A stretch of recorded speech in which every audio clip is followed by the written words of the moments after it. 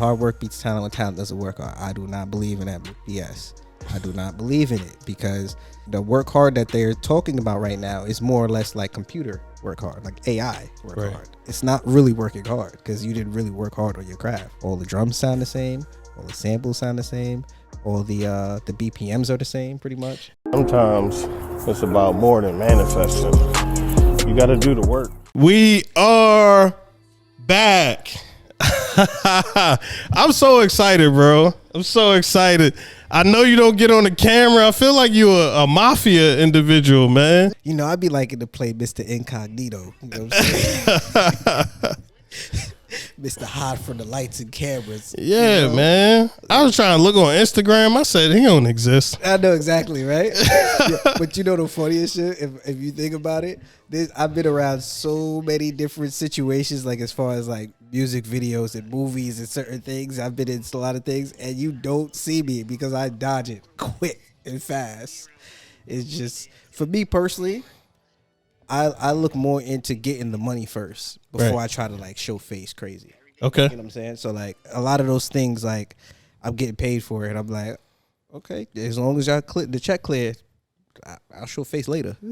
Like, we'll talk about it, man. Talk about some of the things that you've been doing. Introduce yourself to the listeners. Hey, you everybody. Know. What's up, y'all? How y'all doing? You know, I'm sounding Aries. You know, Nah, tell me a little bit about yourself, Ghost, man. Yeah. I know you as I know you as an engineer. Right. I know you as a producer. Right. Right. I know you as someone that we've when we were doing the Prodigal Brothers, this podcast, we've been able to reach out to you for some advice. Yeah. So I'm Ghostranostra, and I'm all of the above, engineer, sound guy. I like to call it a production guy. You know what I'm saying? I like to put productions together. So I think it all started when I have an uncle that actually produced Put It On Me. Ja Rule, yeah. So that's when I actually realized that I kind of wanted to like make music and make beats. So I learned to make beats in like middle school.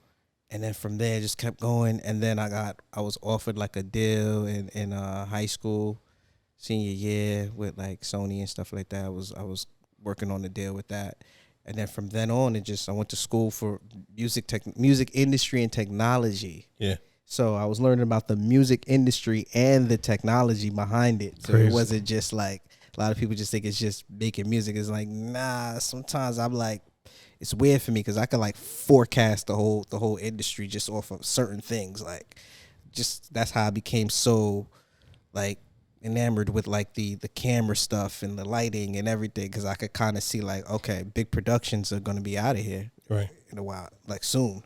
You know, I was, when I worked at Atlantic Records, which I worked at Atlantic Records, I told them that the studio shit is done, like as far as like the big studios that they used to charge the big budgets for. Yeah, they were like, you're crazy, this little guy, what are you talking about, you're crazy.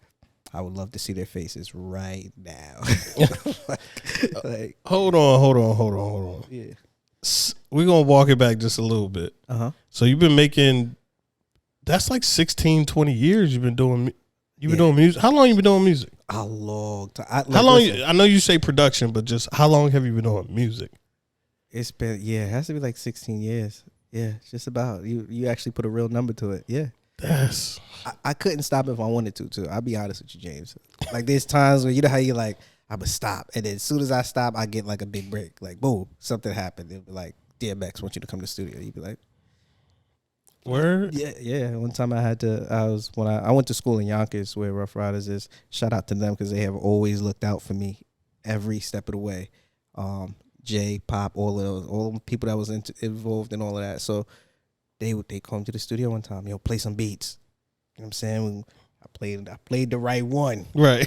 Played the right one. Yeah. They made that call. You play the right one when they call the head engineer in and they play it for him and they like, hey, he go, all right, we're gonna make that phone call. They gotta call that artist. Explain that a little bit as someone who doesn't really know too much about music, right? Like, okay. So you come in there with beats. Are you playing the beats off a DVD or a CD? I had a USB drive. No, not a USB drive. I had a hard drive at that time because I remember the heartache I had when that disc stopped spinning.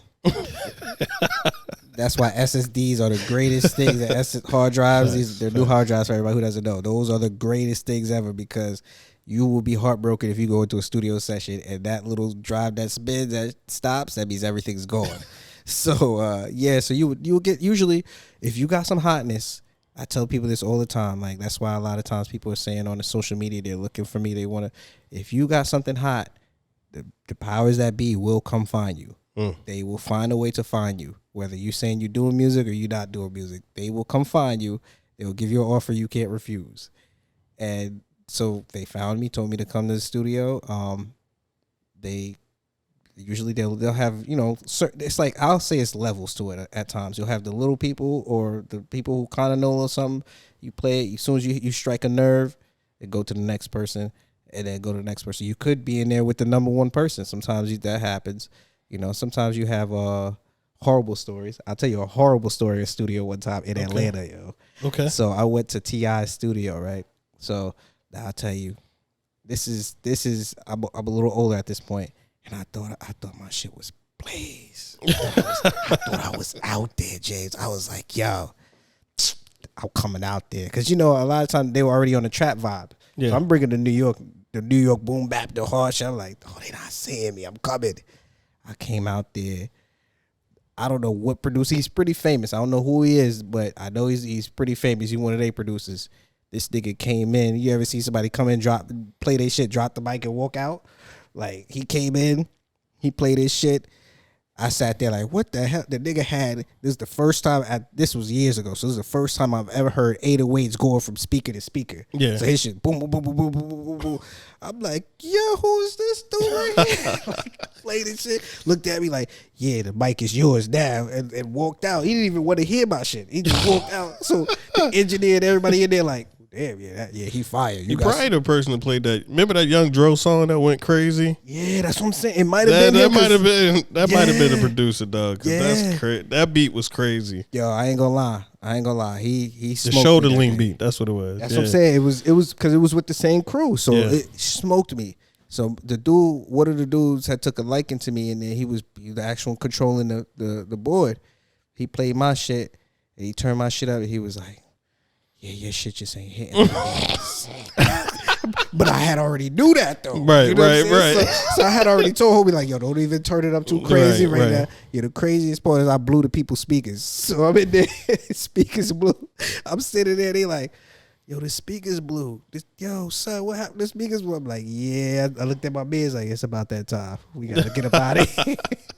The craziest part about that is that they end up calling me back, and they were like, I think it was Timberland had told them or something, was like, yo, y'all need to get him back here, because if he can blow speakers, he's dangerous. Like, you probably need to work with him.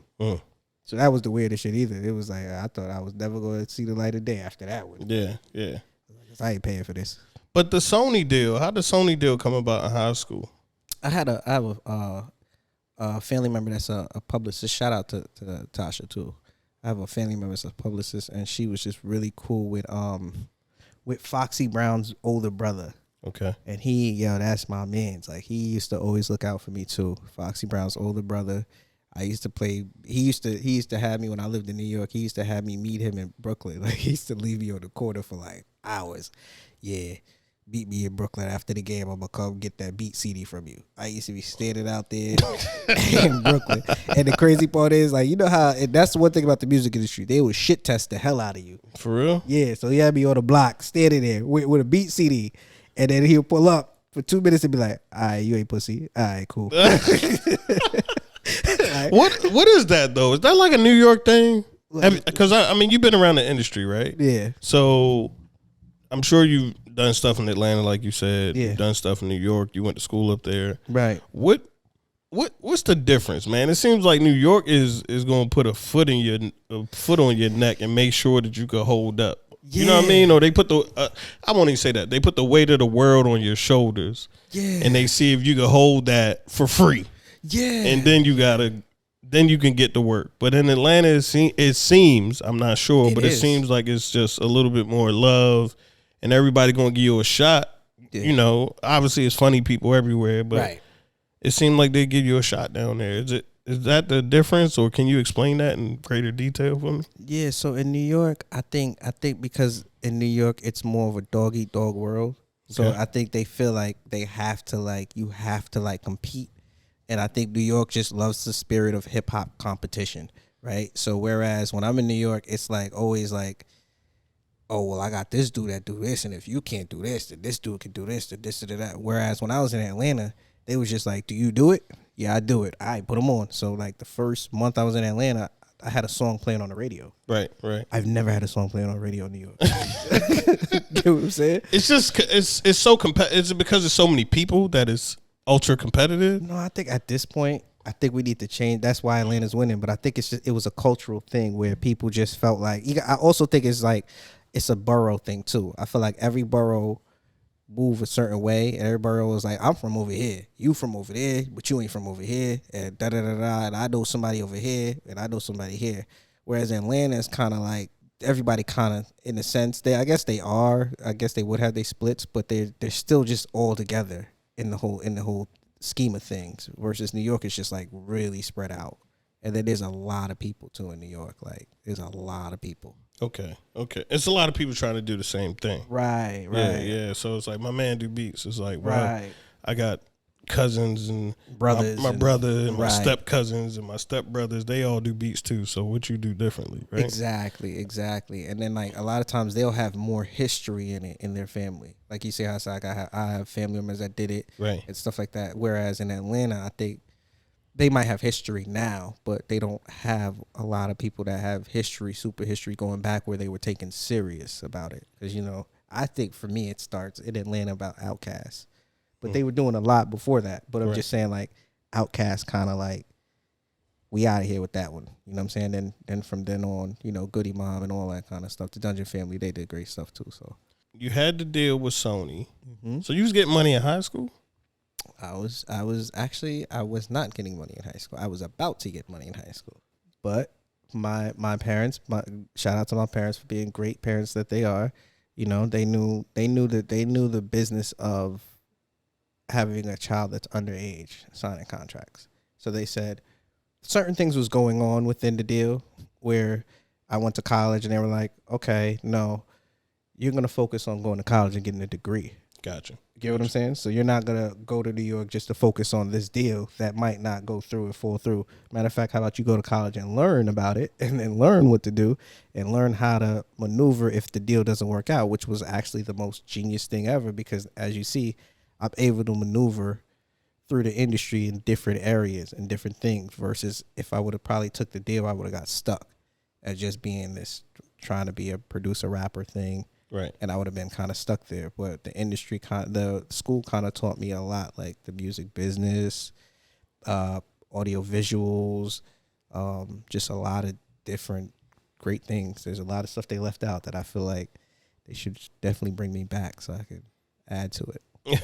So now you go so you go to college and then you get a second deal or you get a production deal?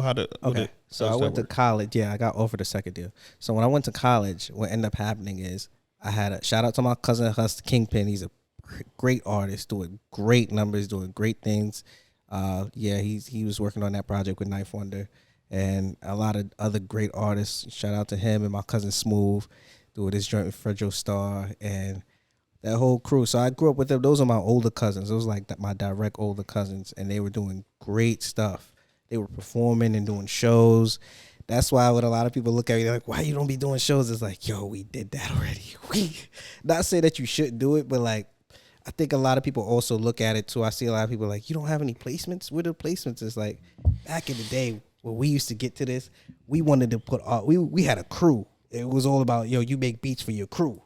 It wasn't like, oh, I'm trying to get a joint with Future. I'm trying to go get a joint with Jeezy. I'm trying to get it. It was like, nah, I'm trying to put the team on. We a team. We trying to get on. We trying to get out of here. So I think like a majority of it was like, people was like, where's the places? Like, I wasn't focused about that. Like, it was us. So we were performing, crushing it. We just drank. K-Slay loved one of our songs that we got that I produced. Like K-Slay used to always like go crazy when that song came on. So, he used to just like hit us up like, yo, come perform.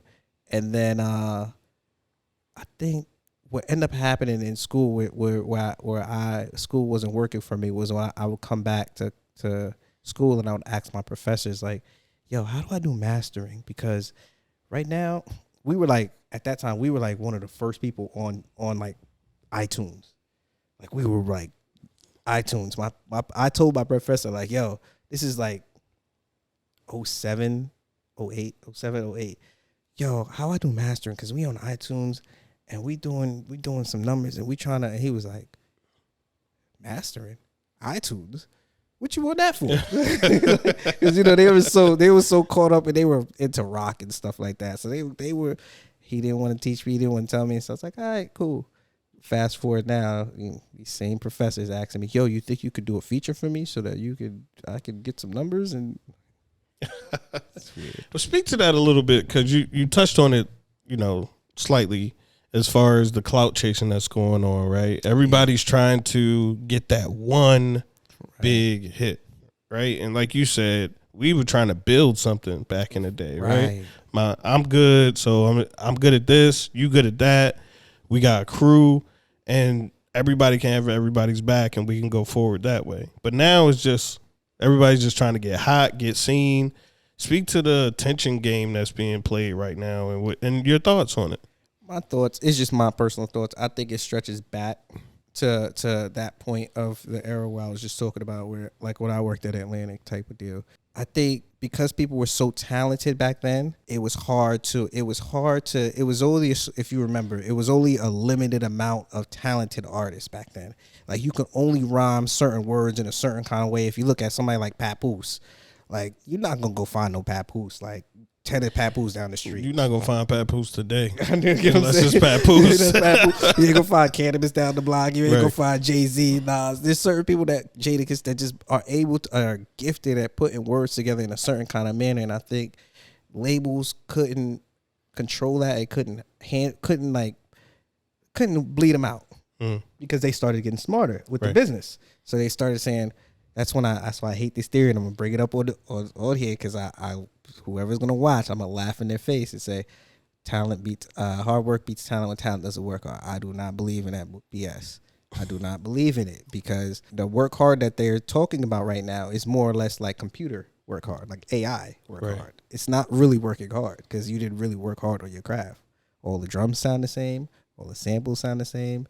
All the BPMs are the same, pretty much. And I wanted to ask you about that because I feel that hip hop just had its 50-year anniversary. Yep. Let's clap it up for hip hop, right?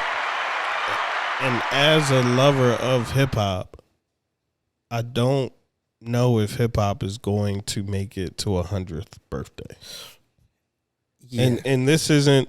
Yes, I've watched this. I've heard this in different places, but I don't even listen.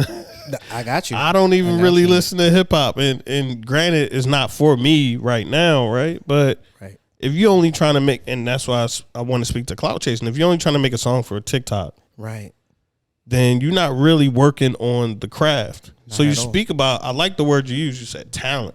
Yes, talent. Right. But talent comes from what? Working on your craft, work ethic, and God, right? Right. But you still got. I believe that hard work can at least meet talent. For sure. I don't know if it can beat talent, but I don't know. So it depends, though. I feel like you're talented at that point. Okay. You get what I'm saying? All right. Think about it. Gilbert Arenas, right? He said that I saw a podcast with him. And he said that he was junior JV when he first started playing basketball, and he got mad that he was JV. I guess he went and started practicing, and then eventually. The next time he went out, he was varsity, and then he went from then on to being, where he is now. But he was JV. But he said one summer, he just wasn't taking it. He said he just started practicing during the summer. That's talent. You just haven't unlocked it. Fair enough.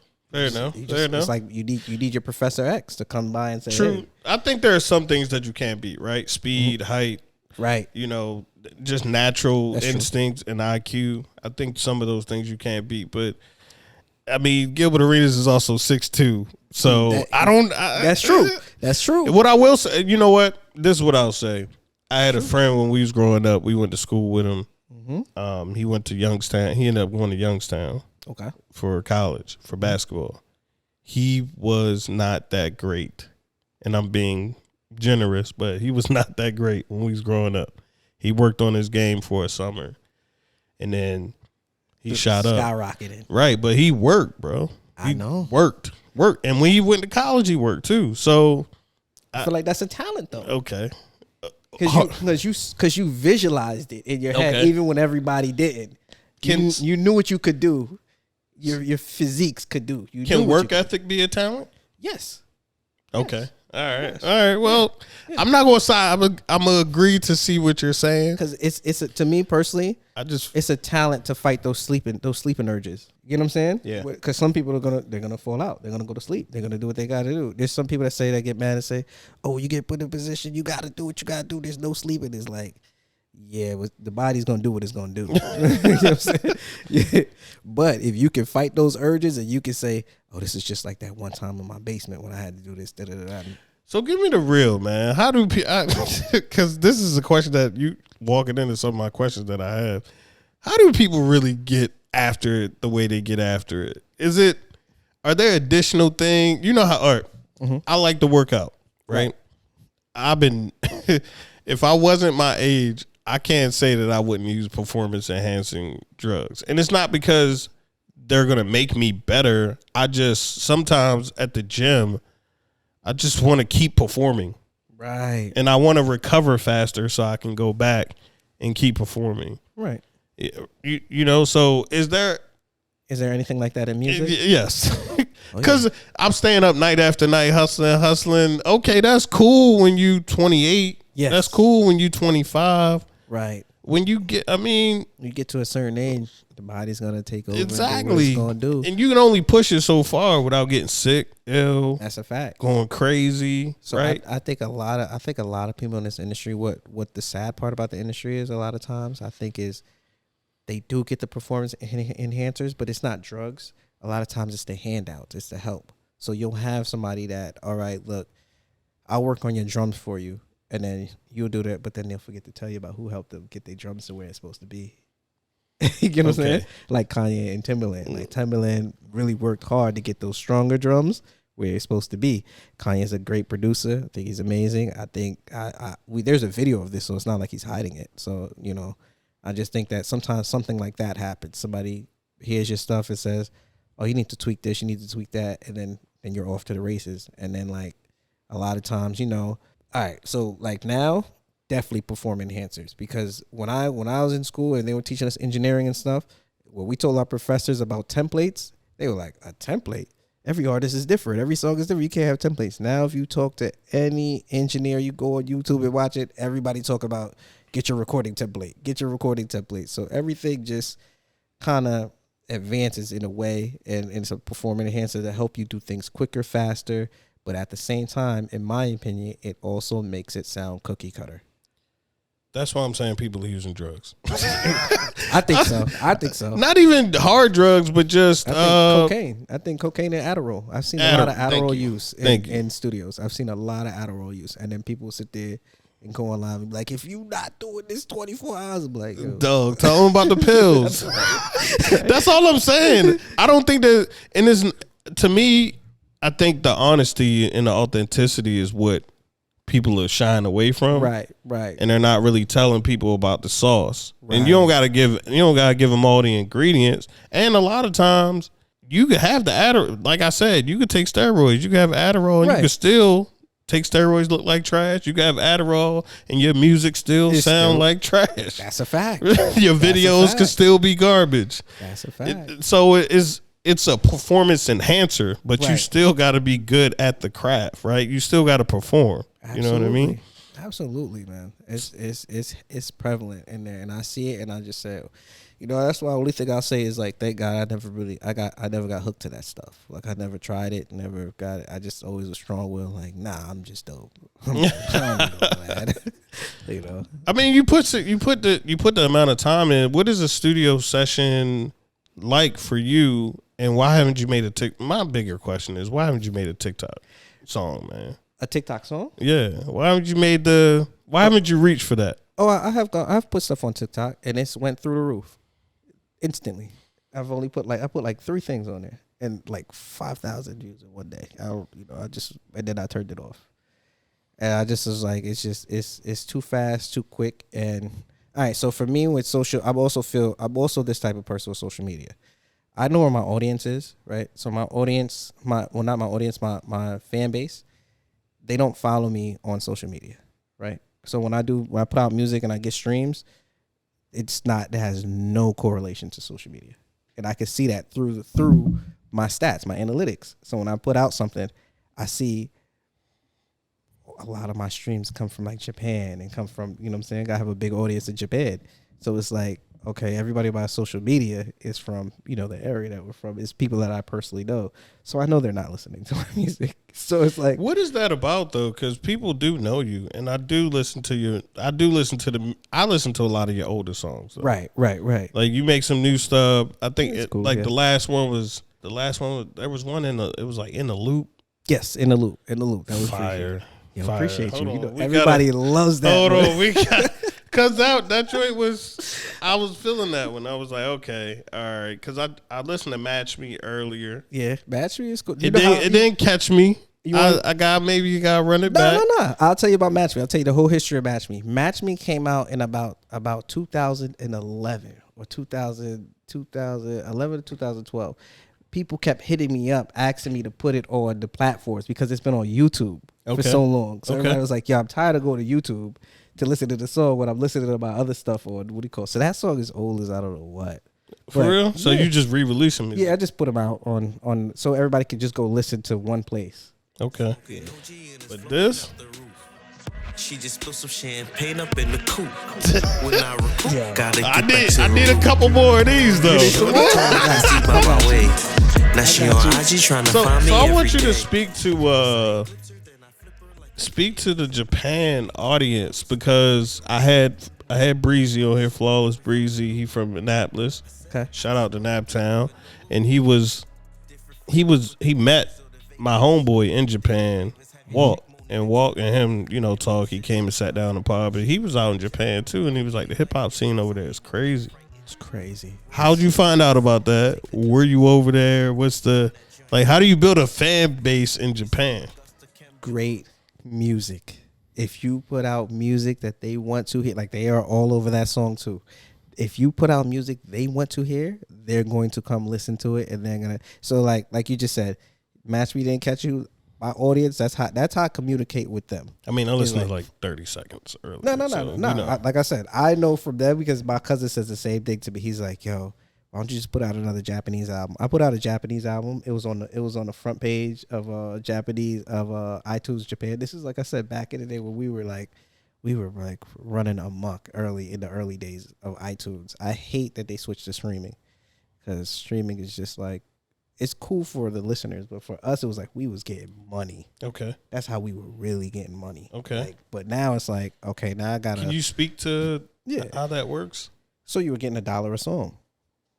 You know, if you think of it now, you're getting $1 a song. So you're like, okay, I could put out like Bleak said it the best. They messed up their hustle because what you could have done is like this. If you would allow people to charge $3 a song, right? Let's say you charge $3 a song. You have an album. The album costs $10.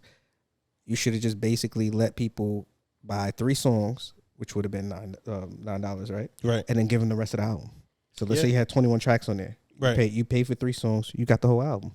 But instead, they did some chopperoo stuff. They even cut off their old leg, Apple Music and iTunes, because I felt like you would get more money through the iTunes. I don't know why they chase Spotify. You could buy, because I remember you just buy a song that you like. Yeah.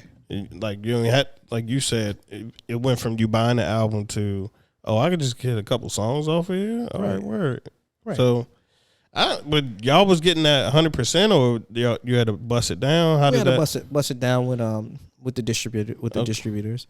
Which wasn't even a bad deal. I still have them now. I still use them. My cousin still uses them too. But it was just a good deal. But now it's kind of useless because they take a percentage, and it's like, what are you getting a percentage of? Technically, that's not really streaming. It's not right.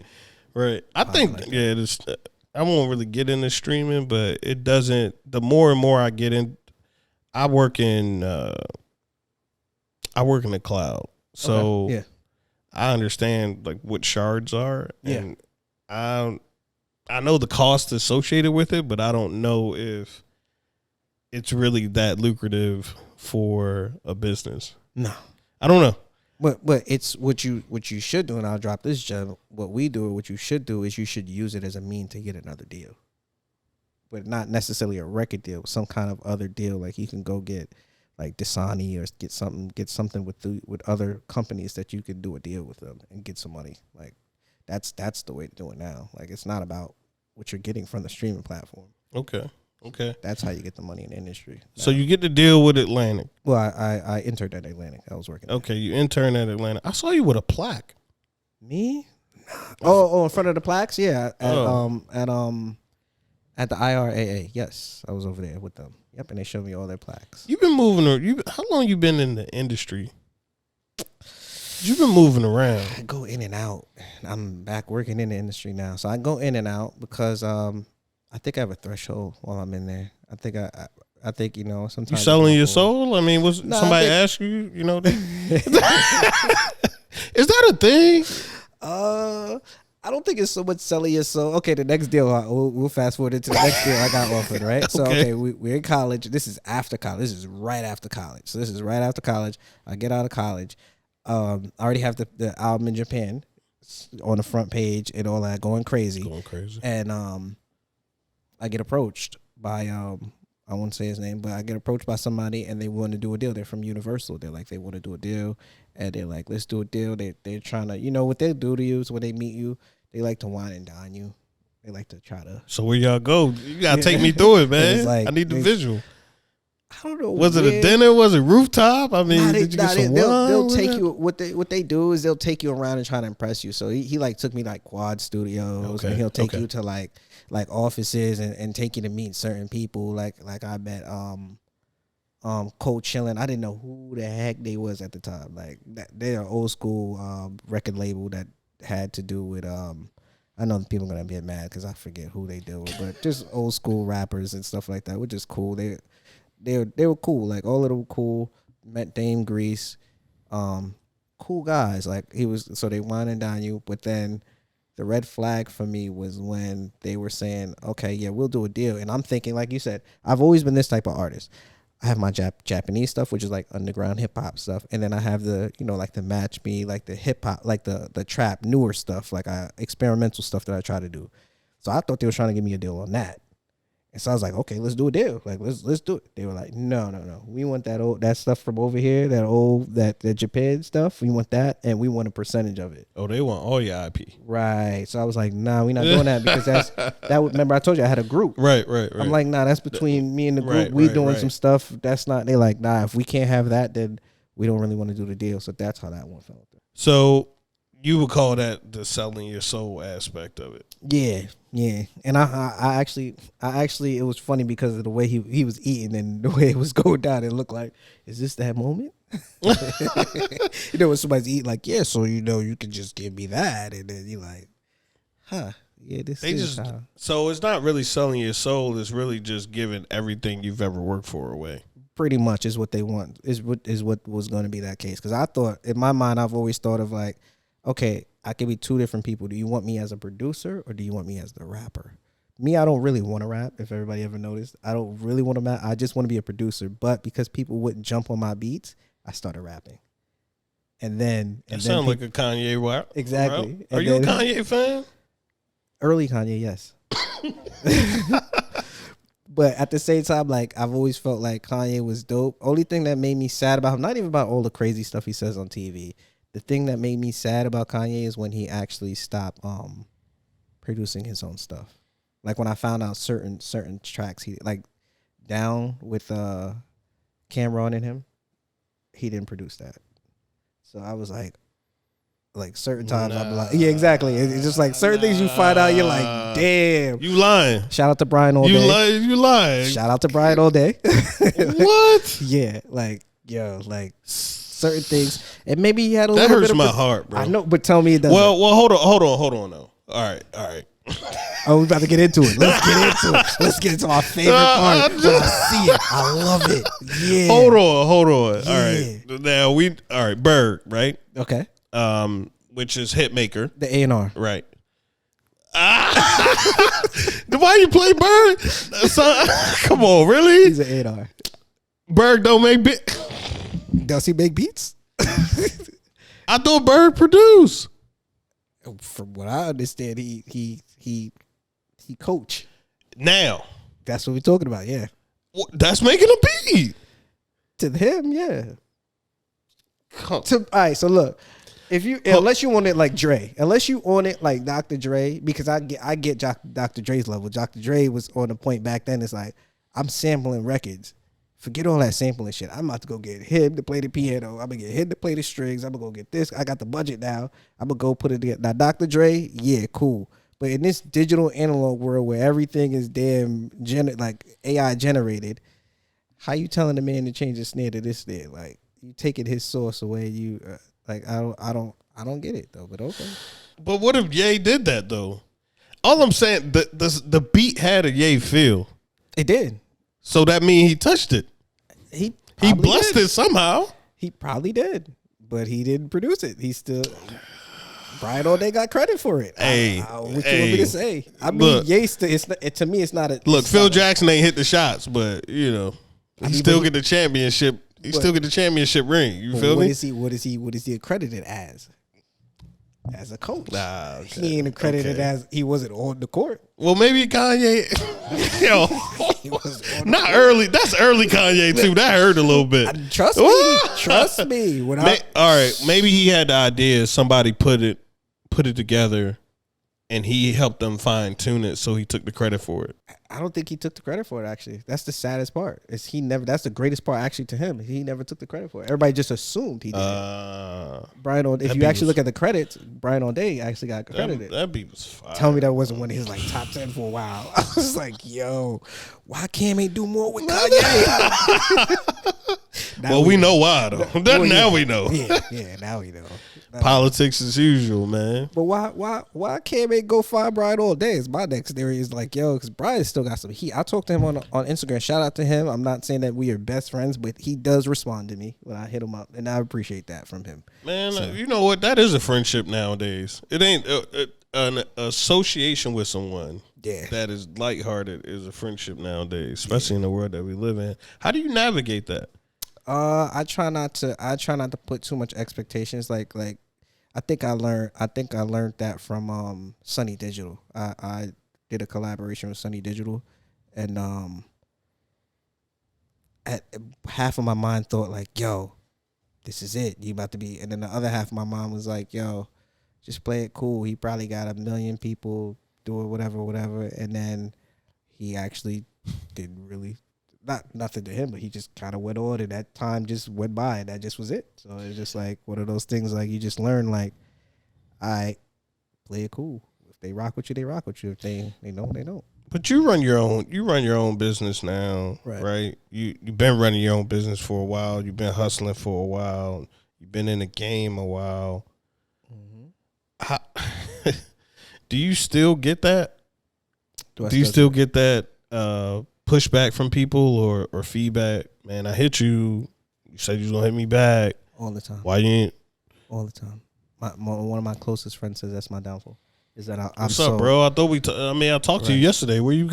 She says I care too much because I do try to care. When people do say that, I do feel some type of way. Like there's people that I grew up with that are rappers, and they're like, "Yo, I'm mad at you because you ain't do nothing for me. I was supposed to be." And I'm like, well, what you want me to technically do for you? Like, would you want me to make you Jay-Z? If you were Jay-Z, you would probably be Jay-Z right now. Like, but you know what? Let's have that discussion, right? And I'm stealing somebody else's topic, but Irv said it. Mm-hmm. You saw that on Drink Champs.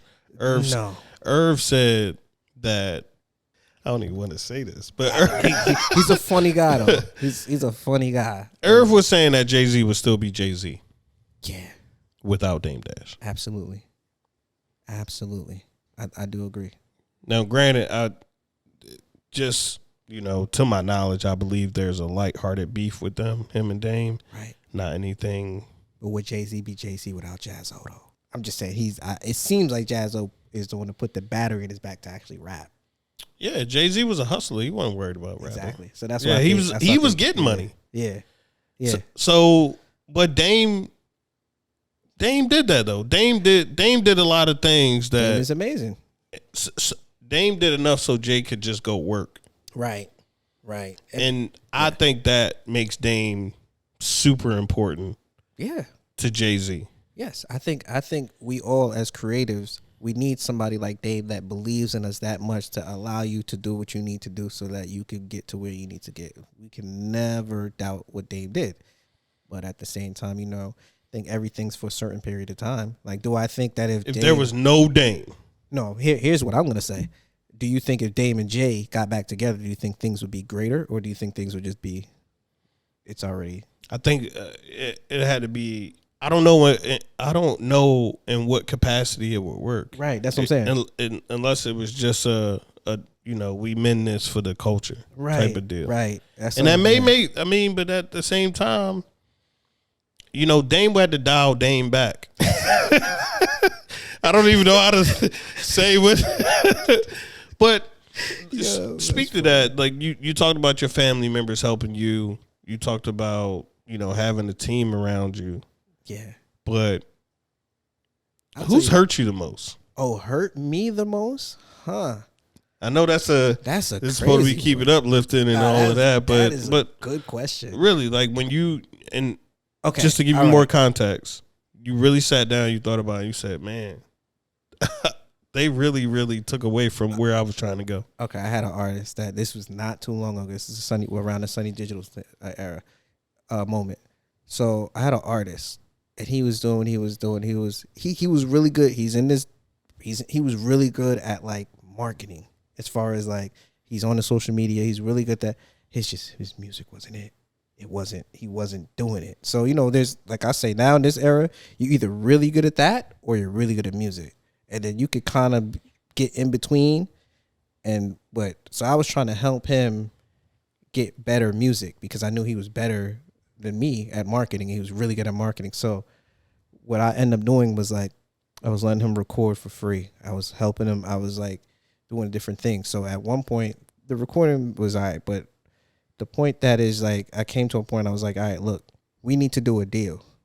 I was going to brought him a contract because I'm saying, this is what I'm about to do. I didn't tell him completely everything I was going to do, but I was upgrading the studio. I was buying the mic. I was buying UAD, buying everything. Everything was getting taken to another level. And I'm like, I already had put the money down to do it. And I'm like, before we do this and I bring you on, we need to do some kind of deal, which is, I told him we're going to do a production deal, which is basically for everybody. I'll tell everybody you do a production deal with a producer sometimes so that you can make the music. And then once the label comes, they'll come buy out the production.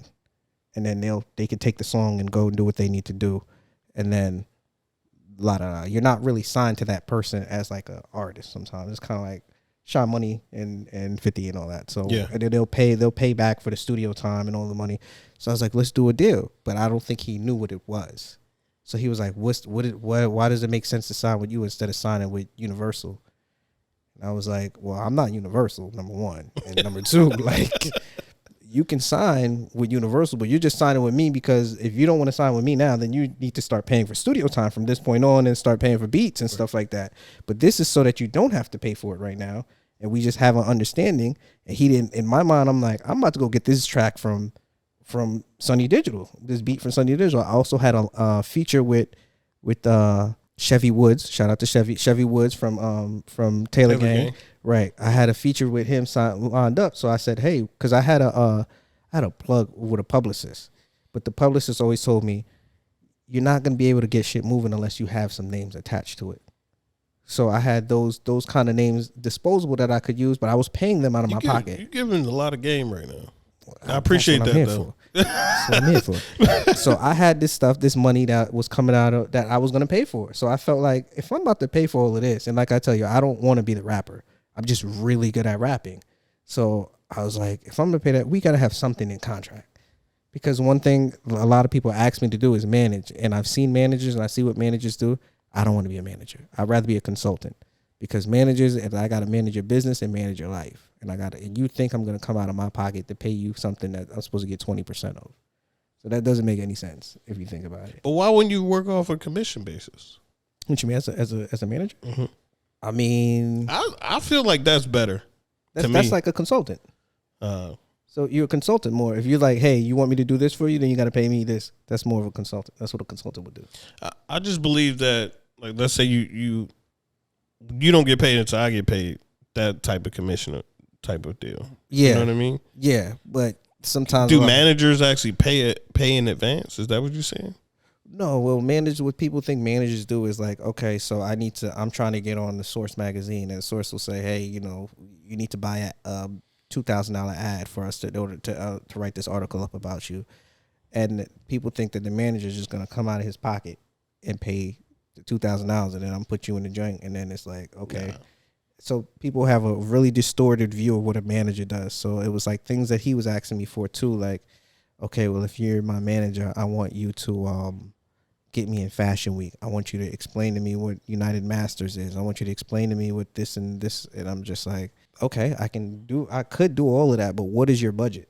Right. You know what I'm saying? Like, what is your budget? It's not my budget. What's your budget? Because you got to always remember, as a manager, I work for you. Exactly. So I'm managing your business. Yeah. So you should already be having money flowing in so I can get my 15, 10, 20%, whatever we decide on. You should be having your business already flowing. And he just went left. He was just like, nah, I got other stuff going on. And then I think we fell out over he wanted to shoot a video rapping over a song. And it wasn't it for me. And clearly for a lot of other people, it wasn't it. Like, because you feel the same sentiment too. If you rap over a Jay-Z beat, boy, you got to smoke that shit. Yeah, exactly. You got to smoke that shit. So I was just trying to tell him, like, yo, stay away from Jay-Z beats. You're right. If you don't got it, just stay.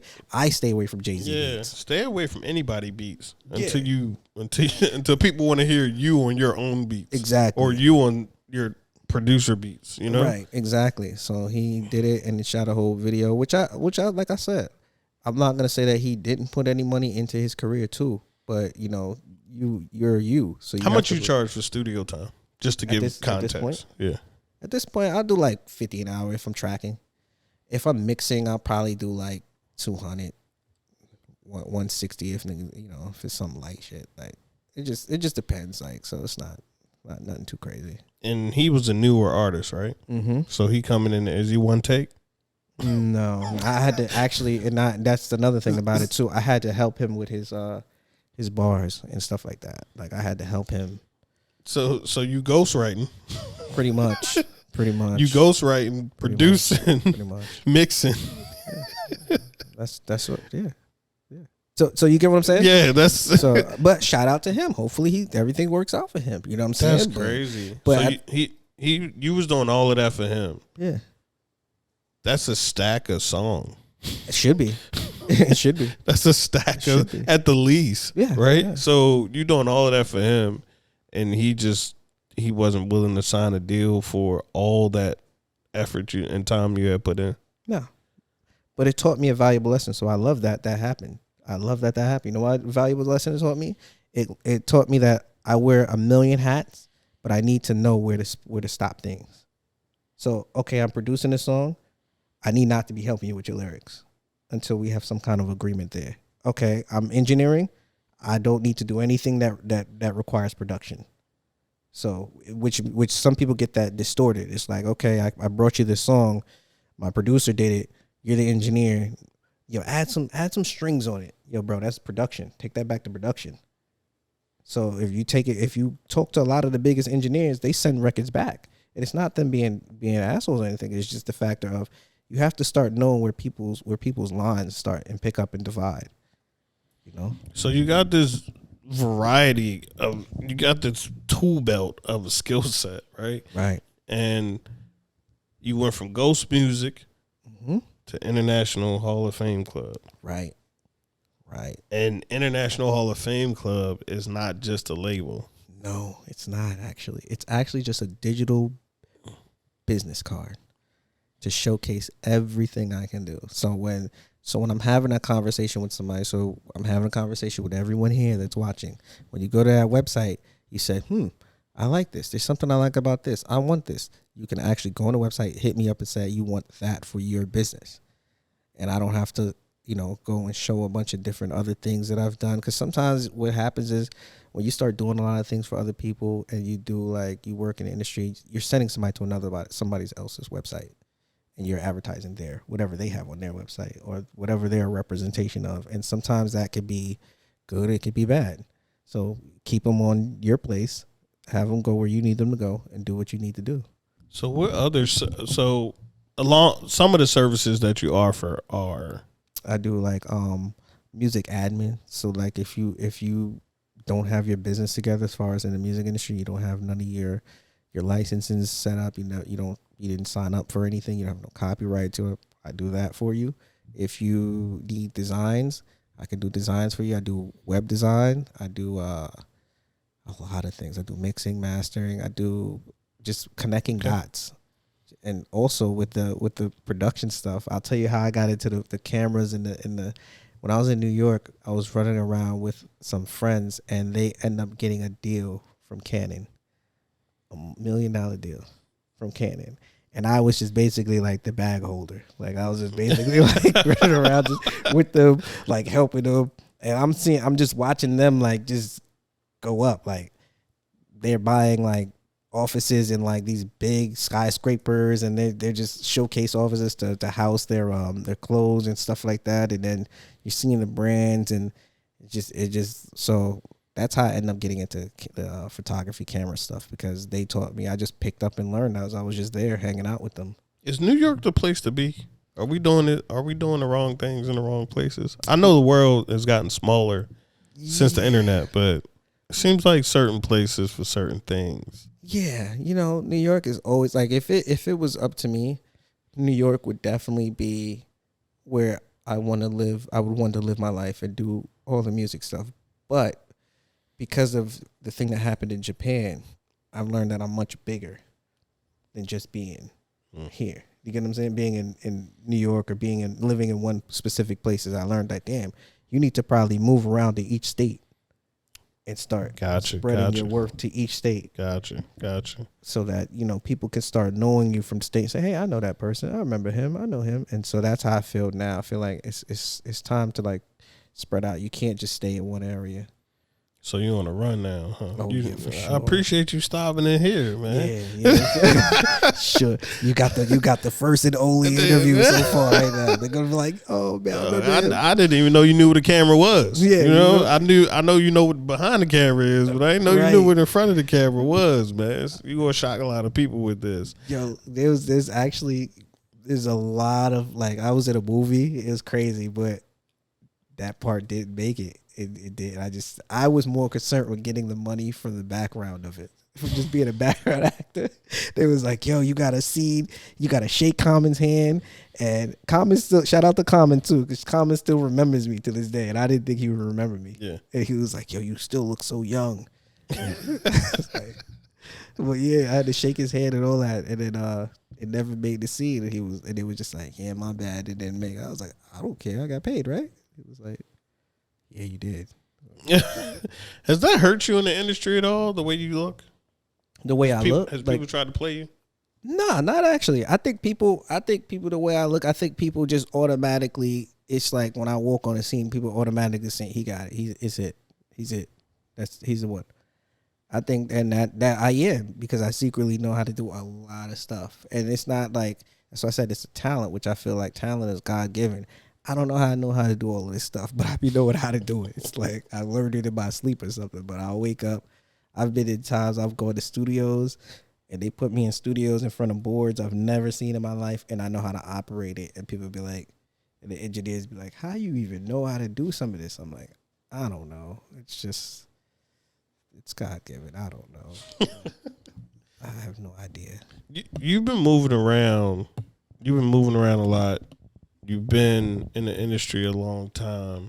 What's making it to you? To me? What's I've made it? Or have you made it? My made it was this.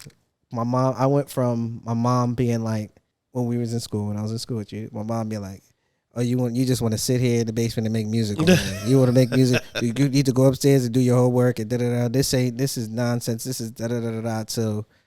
To a point where I got a really big check, and she saw the check and she was like, yo, you sure you don't want to go make some music right now? You don't got no beats to go make Why right you now? not in the lab? Right. What are you doing? You hanging out with him? Why you hanging with him? Go downstairs. The studio not open? Yeah, right.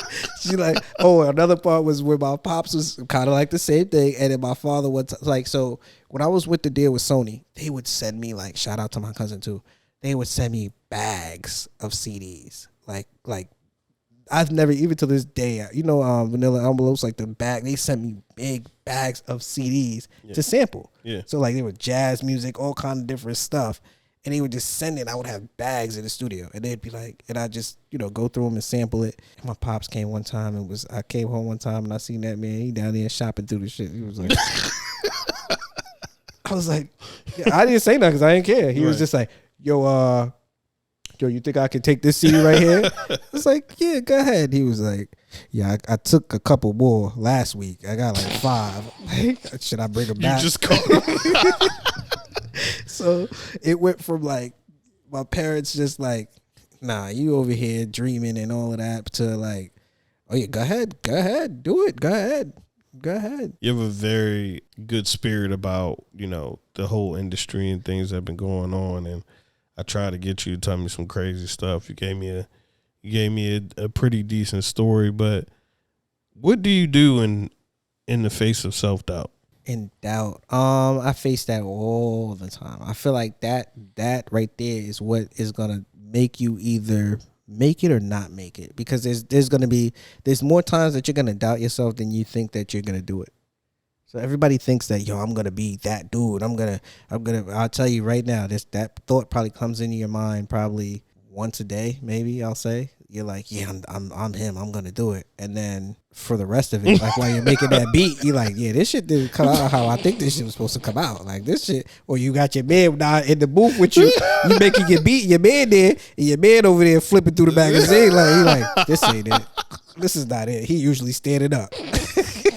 He using, yeah, that's my shit right there. Nah, I got a cousin. Shout out to my cousin Shells, man. Shout out to him too, because that is my personal A&R. Because he will call, he just sat many nights, him and my cousin E, shout out to E and Stu, like 3-5 would have never came out if it wasn't for Stu, my cousin Stu. I think you know Stu, Stewart. So 3-5, what I do with my songs is a lot of, I do want to say this because I need my fans to understand what takes so long for me to make music. I'll make a song and then I'll flip the beat. So that beat got flipped like 3 times. So I recorded the song, and for me, it's like an exercise. Like, all right, so I made the song, cool. I laid down the vocals, and then I'll go back and I'll make a whole different beat around the vocals, and then I'll come back again and make a whole nother beat around the vocals, and then I'll, you know what I'm saying? Because of the new era of people recording on YouTube beats, they'll go record on YouTube beats, and I've been with one of the things that have been made me successful is I've been able to say like, okay, get rid of the beat. I'll just make a new beat under your vocals. I'll just make a whole new beat. Just give me the vocals. I'll make a whole new beat. So that's a lot of people want to work with me for that reason. They're like, yo, I can't clear this beat. Perfect. Send me, you know what I'm saying? I've had a chance to do that with Juvenile Rodeo. Oh, man, shout out my cousin again. Remember that with Rodeo? Yeah, I remember Rodeo. Yo, they asked me to redo it. I fucked that one up. But I had a chance to do it, though. And I was like, damn.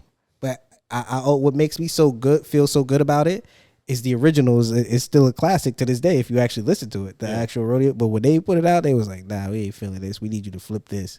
And I just couldn't do it, but I felt now like it's nothing to flip. That's it. It's already it, Right. It's already that. So yeah, Rodeo was one of those I had an opportunity at. Any crazy, so do you still make mistakes?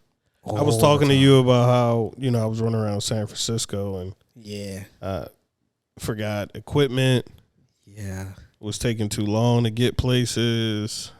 Just very fumbled the whole situation out there. Of course. Do you have a time of, and I know I'm asking you about a lot of bad stuff. You should. But I really just want to hear, how you've overcome it and obviously got to where you are today.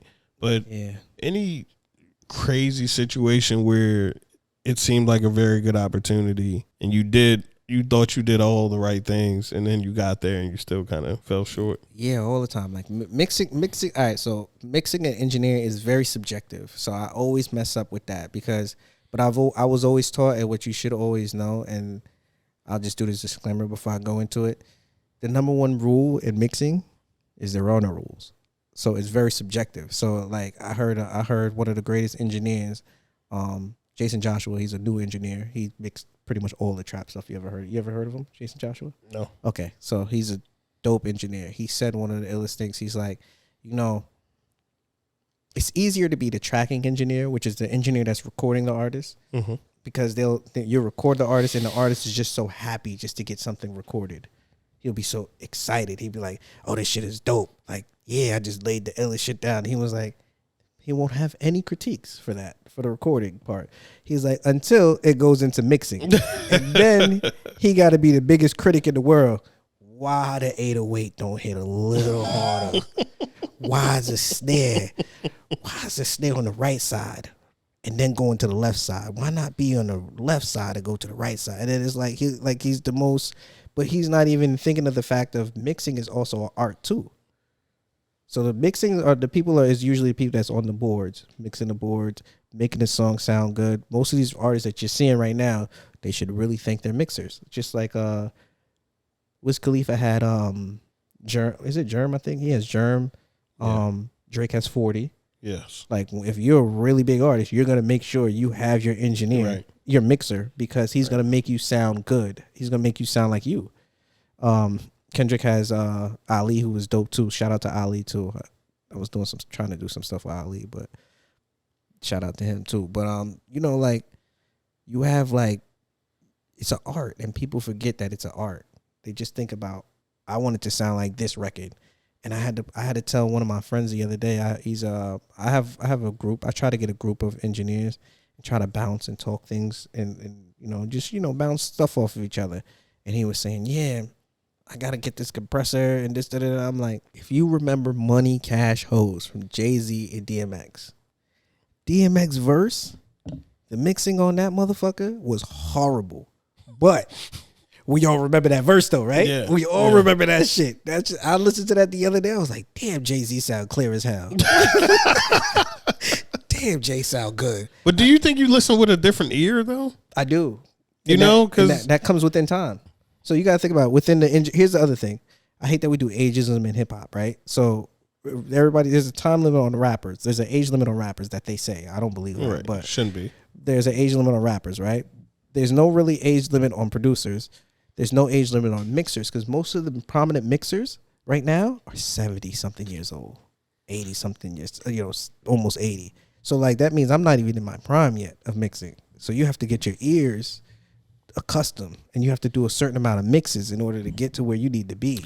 But stuff comes, so you know what, and the greatest part about that is, and maybe I'm wrong here, from the Quincy Jones, right? Yes, Quincy Jones was still doing music. I'm pretty sure he was still doing music like 10 years ago, because you hear people come out and they'll be on a podcast, they'll be talking about it, they'll be like, yeah.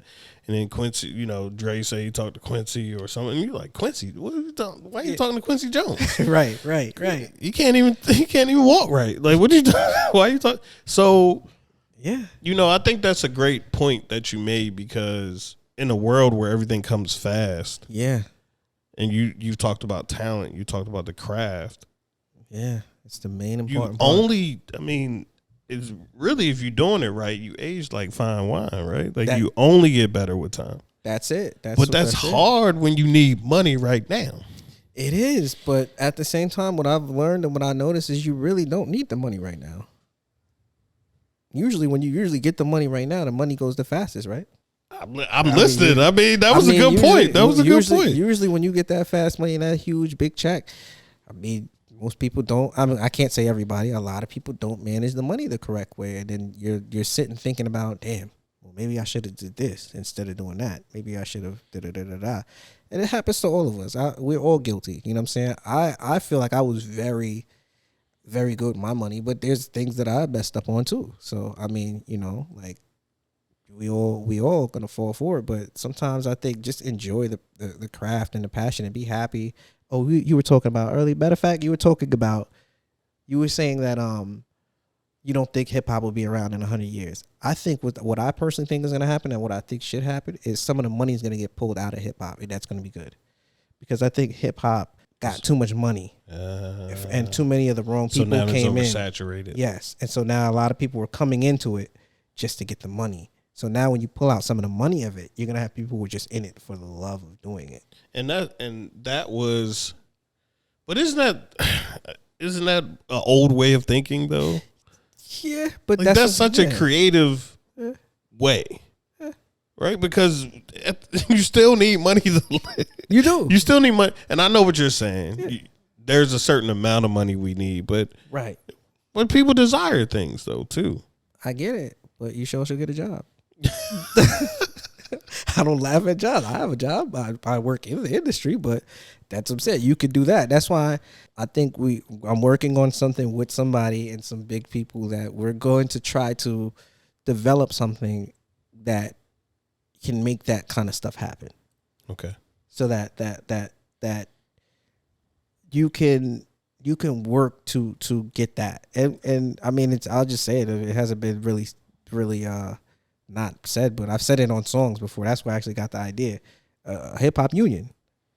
Hip hop union. Yeah. So I've been hearing that a lot. Yeah. I've been hearing that a lot. Yeah. Hip hop union. Hip hop is like one of the only things that I've ever seen that makes this amount of money that doesn't have anybody looking out for the better interest of the people within it. You have the NBA, the NFL, all these things have unions. SAG, you have all these things have unions. And I'm sure that there are performance unions like AFTRA and all that. There are those unions.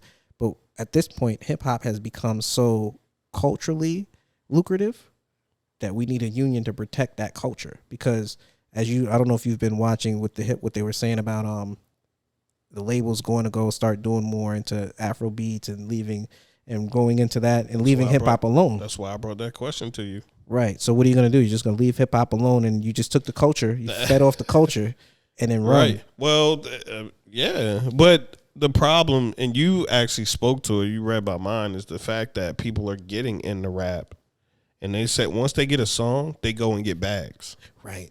Yeah. People used to rap. They used to have to rap. Right, exactly. And rap. Exactly. And rap. And rap. Because that's why Jay-Z's so great to us. Yeah. Right? Yes, Jay-Z was lyrically just a masterful person, right? But Jay-Z, his pivot and what he's done outside of rap, how he's looked doing it outside of rap, what he's owned, how he's grown, the business ventures. Those things are, even 50. Yeah, 50 is a mean 50 businessman. Is crazy. I read 50. Nas too now. Yeah, I read 50's book, and 50's always been a businessman. Yes. You mentioned the Shy Money situation. Yeah. He was even thinking about the money then when he was trying to put his man on, but his man tried to play him and said, "Nah, I want to take this." He said, "All right, okay." And now look at him. Now look, right? Exactly. So he run Houston. How you from Queens and you run Houston? That's crazy. That's what I'm saying. Not run, because I don't want anybody from Houston to get at me, but he doing big things out there. But what I'm saying is just you rap now and then you go immediately to try to get some money from somebody. Right. So as a label, why would I put my money into you when you were trying to just get with me to then just go run away? Now, I also think there's another reason too, right? Because the rappers are getting smart. Right. Yeah. If I go to a nation where they hard up like in the hood, and they don't know no better, I could give you a 720 deal. Yeah, I could. Yeah, exactly. And you don't know no better. Exactly. You don't even know what you're missing because you're probably in a whole other country where we don't have to pay. You can't really sue me. If you live in certain countries, you can't sue somebody in another country. And now you Bad Bunny too. You get what I'm saying? And that I was just talking about that to somebody the other day about Bad Bunny. I was just saying like, yo, it's crazy how you see somebody surpass Drake numbers so easily. Like if you look at his stats, he drops a song and it like Ricky Martin was that dude though back in the day. That's what I'm saying. I know it's different. I know. And now you can touch the whole world immediately. That's what I'm saying. That's the other thing. It's like dang. And it's a vibe. Nobody want to keep hearing, like you said, everything is template music. Exactly. It's template music. Nobody wants to hear that. Nobody's like somebody was bringing that to my attention. Like, yo, Das Effects. I was like, yo, Das Effects was the only people I know that rap like that at that time. with Taz Effects, we didn't know what the hell they were saying. But, I mean, I didn't personally. And like you had Camp Low. Shout out to Camp Low. I love Camp Low. I never knew what they were saying either, but that shit was fire though. I ain't gonna lie. Now you got Burna Boy. Yeah. Yeah, which is it's cool. Burna Boy is good, but they were talking about Burna Boy's deal. I know. Which is nuts. What's it looking like? Burna Boy's deal is I think it's $100 million deal, and Burna Boy's only worth $8 million. But when Burna Boy talks about it, he said I took the deal to get on, to be in the limelight, to let people know that I could actually do this. Okay. I mean, listen. Would I sign with a major right now? You damn right. Right? But that's because I have a little more knowledge than the average Joe. And I know what I would do. Like I'll share something with you that the industry might need, that people out here might need to know. Make sure young producers, make sure you have something you can try to get. I say make sure you have it. Try to get a kill fee within your contract. So kill fee is this. If you produce a song for Burna Boy and Burna Boy says, yo, this shit is hot. We made a joint. This shit is fire. And then all of a sudden, the label says, yeah, we're going to go with something else. We're not going to use the joint. If you have a kill fee in your contract, you still get paid for that beat, for making that beat. So that's good. So now you didn't waste your damn time. Because if you go and try to sell that beat to somebody else, the label going to tell you no. So I've not burned bridges, but I've fell flat on some of those situations where I have stuff caught up with artists that never got to get released. And it's like, well, damn, I didn't even get paid for it. I didn't get nothing. I can't even go shop it to nobody else. So get a kill fee in your clause. I wonder when podcasts are going to become like. Oh yeah, I think Spotify is trying to switch over. It's trying to get away from music, because if you think about the logic of it, they don't want to be involved with all that royalty stuff. Yeah, they lost a lot of, but that's what I'm saying. I wonder when. Yeah, you're gonna start. Yeah, the negotiations and yeah, somebody try to, because I know they're giving out deals to popular people, right? You know that. Yep. But they don't get, and a lot of people run podcasts. They don't really be getting the money that. Yeah, that they say that they. Yeah. Well, not even that it just looks like they're getting, right? Yeah. Because $1 million deal, then you get a publicist, you get marketing, right? You get a couple of editors, right? You get a graphic guy, yeah. It's a lot of people back equipment, there. A producer, yeah. It's a lot to do these things. That's why it's like it's easily going to take over where hip hop is. I don't think so. I think hip hop has been around this long. It's going to find a way to survive, like you said. Of course. And, but I mean, like the main stage. The cream will. Well, it was a funny joke, but it was just saying hip hop is made all ethnicities the same. Yeah. You know, you used to go to a certain place, you expect a certain thing, and now everybody's speaking the same lingo. Exactly. There's no uniqueness anymore. Remember that though? I was talking to somebody about that too. You remember when you used to be from a certain area, you used to have your own slang? I was telling somebody they disagreed with me. I was like, now I feel like everybody shares the same slang now. Yeah, but now you got, as old heads, I think we're starting to say, I'm not saying that. Yeah, exactly. I'm not saying that. We don't say that over here. I don't say cap. I don't like saying cap. I'm sorry. I couldn't get with it. I do say cap, but other things though that come up, is like, I don't say that. I got you. There's certain things I say that's new stuff that I'd be like, wow. Yeah. You gotta walk it back. Right, yeah. Gotta be like, I ain't gonna old man us out on that, man. I wanna know what's next for you. Where can people reach you? Okay. And how much money you got in your bank account? No, we're gonna share that. We're gonna share that once they send the cash out. Who could tell how much we made from that? But the next thing is, like I said, I'm trying to work on that hip hop union, because I feel like if anything, legacy. I want to create some kind of legacy or something that like stamps of just saying, okay, yeah, you made music, okay, you did this, okay, you did that. Like, my next thing is I have a song that's very close that I had from Japan. It's very close to kind of going gold. So like a song that I did on my own that go gold is kind of dope. Feel me? So I want to actually push that, but I'm so against the machine. I'm so against the machine as far as like I feel like I want it to go gold organically. I don't want to throw ads into it. I don't want to do that. So a lot of people asking, so why you don't just promote it? I'm like, because I want it to go. It make me feel a lot better if it went gold just off of people just loving that song. Personally, that's just for me. Yeah, run them ads though. I know. You know, that's a better question outside of, and the hip hop union is something that I'm hearing being talked about a lot. So just to hear that you're working on something that is working towards that, I think is huge and will really make a big name for you. Yeah. Just because that's something that everybody in the industry talks about all the time. Right. But they don't have no foot action though, which is fine. Which I don't mind. If you have the ideas, we have the foot action. We know what we're doing. The people I'm working with, shout out to the people I'm working with. They have done unions before.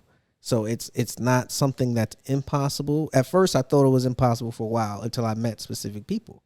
And then I'm like, okay, it's possible. So even if you thought about doing it, if you want to do it, you could reach out and you just add more people to it because a union is usually a big. But like you said, the foot act, sometimes a lot of people at the top, at least it seems this way. Yeah. I don't know this to be true, but they're up there fighting different battles. Right. So you need some people on the ground to go and get certain things done. That way you could just, you putting your stamp or you saying I side with this or even signing up for it makes it even bigger. You know what I mean? True. So you got to have a foundation, right? Start the building and then it goes up from there. You know what I mean? That's very true. It's very true. But authenticity is a big thing for me, for all of us, right? We all want to make sure that we real. I'm real. I'm me. I'm my authentic self. Mm-hmm. And I feel as creatives, we take pride in that, right? Yeah. Yeah. Like this, I didn't need this person. I didn't need that. Mm-hmm. When you were talking about your song, to me, I wonder when the rubber meets the road. Right. I feel you. I thought about it the other day too. I thought about it. I was like, yo, that's hindering that song. That I could probably do that and probably shoot up with that song. But at the same time, it's like there's still people listening to it. So I just like, okay, maybe I'm a couple songs away from actually doing one that actually goes platinum. I just think that there's nothing wrong with a boost. The funny part about winning, and this isn't, obviously I'm not, the podcast is doing well, but it is nowhere near where I want it to be. Right.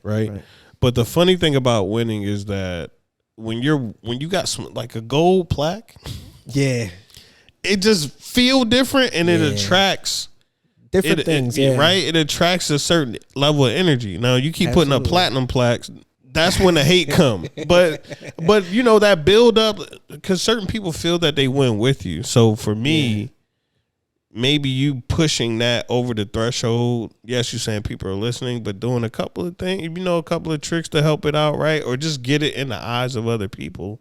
I don't see why you wouldn't do that, because that's a win for the people who really, really fuck with you.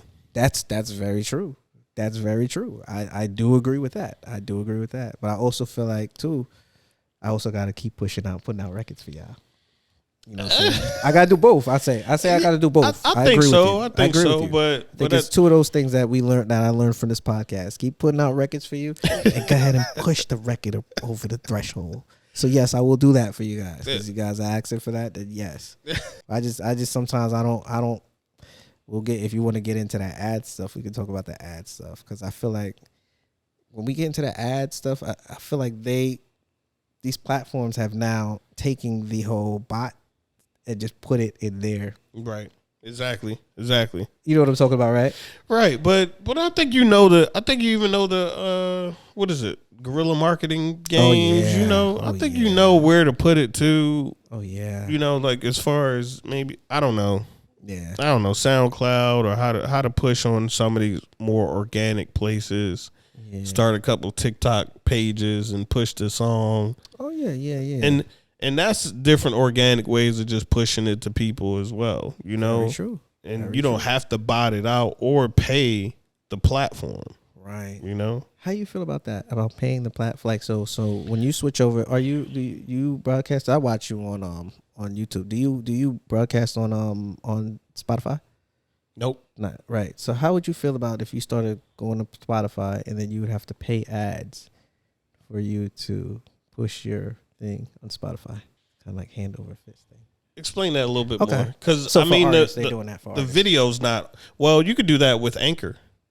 So if I moved my distribution to Anchor, my video would be on Spotify. Okay. All right. Well, for artists, they have a when you put your music on Spotify, they also have Spotify ads, so you can pay to get more streams. So that's what I was like. So it's like hand over fist.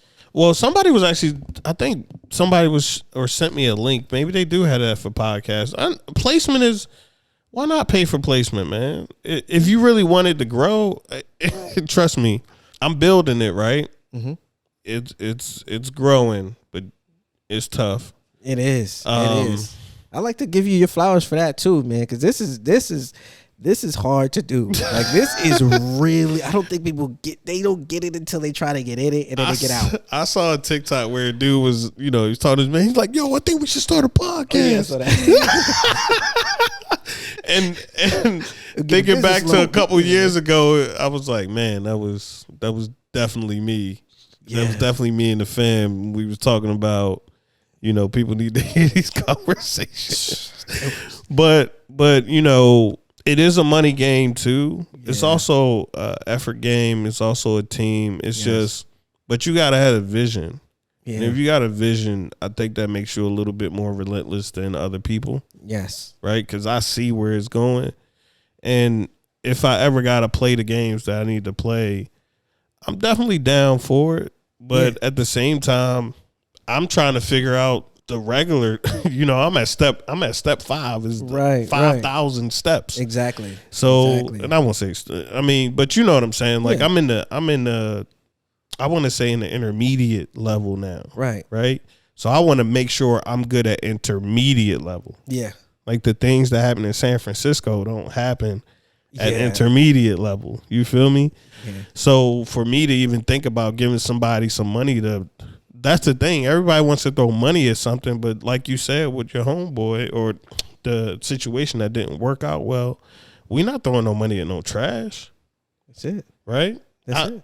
There's craftsmanship. I do this, and I'm trying to build a platform of people who was with me when, you used to do amazing now. I stuck with you, but you wasn't really. You wasn't. We thought it wasn't going well. You said I'm trying to tell you, in this music, I feel the same way because in this music, there's plenty of people that will say that even homeboy he might even say the same thing. Oh, I didn't hear. I didn't think he was making good shit. That's why I didn't. But it's like, you gotta stick with it and stick with the people who stick with you. Yeah. Because, like you said, they're going to be able to tell that story of before. People like the storytelling of it from the beginning. Oh, yeah, I was with him from the start. Look where he's at now. People love that. Yeah. Like, yeah. But this is great because I've seen you start off and, I didn't even think you started off bad. I thought you started off really well. I thought your start off was like amazing. And then I just, one of the things that I really more judge this kind of stuff off of is consistency. Like, how long do you stick with it? Not even how much you put out, but how long you stick with it. Because it's so easy to get discouraged in this business right here when you upload that damn file and you put that shit on there and you come back 3 weeks later to check your stats and the views say, come back again. The views say, come back one more time. You know what I take that as though? And it was hard, but it just said, you're not good enough. Yeah. That's hard as an adult though. Because you've done everything to get good. Right, exactly. Or get your greatest, right? And when you start something else, you mean to tell me I got to start off at 1 month, 2 months, 18 months? No, that's crazy. Yeah. So, I just take it as that, man. I take it and a lot of times you got to figure out when to pivot and what to do. And as you see, it was me and my mans. Shout out to Al, man. Yeah. I don't know if y'all don't think we good or not, but shout out to Al. Al, I wouldn't even be talking to Ghost without Al, man. Of course. Al was a huge part of the show. Shout out to all my brothers that we started with, for real. Like, it's much love to anybody who helped me push this forward, because without them, we started with a plan, bro. That was the thing. That's how we looked half decent, because we started with a plan. We didn't just grab some mics like everybody do and grab some cameras, you know. So yeah, man, I just appreciate you coming on the show. It ain't really about me. I appreciate you having me, because you know why? I feel like this is needed. I feel like I seen you interviewed Lamont too, right? I think you did. Lamont. Oh, you had Lamont talk. You guys talked to him for a second. I think y'all talked to him. Shout out to Lamont Silver too. Yeah, shout they did. They did. I wasn't there. I think I was in Florida at the time. Yeah, shout out to Lamont Silver doing his thing in music too. I rock with that boy, man. That's good. Yeah. But yeah, I seen y'all do certain things, and I was like, you know what? I probably should come out and talk about, you know, what I don't really talk about it too much. I just, you know. Yeah, I mean, I've been seeing, like, Al told me I should have you on here a long time ago, before I even changed, like, the format around. Yeah. And he was like, man, reach out. I was like, yeah. I was like, I don't know. He was like, he don't get on camera, though. I was like, all right, I'll get with him. I think your timing is everything, though. Yeah, yeah. I think a lot of times, so I was so busy putting people in front of the camera that, you know, you're just like behind the camera, like, yeah, go ahead. And then I was like, let me get in front of the camera, because my mans, we gonna take this up to the sky. We gotta take this to the sky, because you about to be sitting on that Casa Not money soon. You know? I tell you, that boys making some money with this stuff. You know, like that is some. We don't try to get some. I will say I will receive that, bro, because just like you working on some things, man. You know, people may not see me a lot, or if they see me, I'm doing some things, but yeah. How you feel about your team this year? This ain't, man. That's not your team? I just wore this because I wanted to put a hoodie on. I feel you. I know you. Your nigga hoodied up all the time. Yeah, man. That's my that's my thing, man. I wear hoodies in the summer. I remember I was out. Anyway, because we just rambling at this point, but yeah, man, I got this when I was in San Francisco. Okay. I just wanted to show some support to the city, because it wasn't what I expected. Mm-hmm. But I will say that Cali love thing is real, man. It's all love in Cali. I was even trying to, you know, just be a mischief guy, just to be a headache, and people was just showing me love out there. You know what I mean? So I appreciate it. But I'm a Lakers fan. We going to the tippy. Me too, actually. Yeah, you know. I'm actually a Knicks fan, but, you know, we just started getting it together. So, you know, I'm not saying I left y'all. That boy Jalen look good, though. Yeah. He's the shining star of that situation at this point. You know what I'm saying? Like, before that, I was like, well, I mean, Randall was holding it down a little bit. He just needed a little help. But before that, I was a little, you know, I ain't gonna lie. People might hate me for saying this. That whole Mellow era, I already kind of checked out from that. Like, that was like disastrous. No bad thoughts, man. Where can people find you? Yes. Where can people tap in with you? Give us all of that, and then we out of here, man. IHOFclub.com. Please go there. Check us out. We got a lot of different things up there that we can do for you. Once we start this other stuff that I just told you about, we're going to have a whole nother situation. I have links on that website to get to there. And you can also check me out on the streaming platforms if you want to listen to the music, which you should. And you should also check out The Uprising. You know what I'm saying? Come on now. You got to do it. It's me telling y'all to do it. And soon we're gonna do another one of these. We're gonna do a part 2, because I'm sure everybody's gonna want some more information. And I definitely do have more information for you. And I'm gonna see if I can get some other situations involved to get this to try to take it up another level. Not saying, you know what I mean? Like get somebody or something on here that we could kind of like, you know, to have it like, you know, get some numbers. Not saying he doesn't do great numbers, but just, you know, I know you kind of like, sometimes, how is it like getting guests? Like, is it like that's a whole other part of the job, right? I'm gonna play this music, then we're gonna talk. Shout out 3-5 in the loop. I just put it. In the loop. Make sure to like, comment, share, and most importantly, keep it uplifting. Take it up, listen.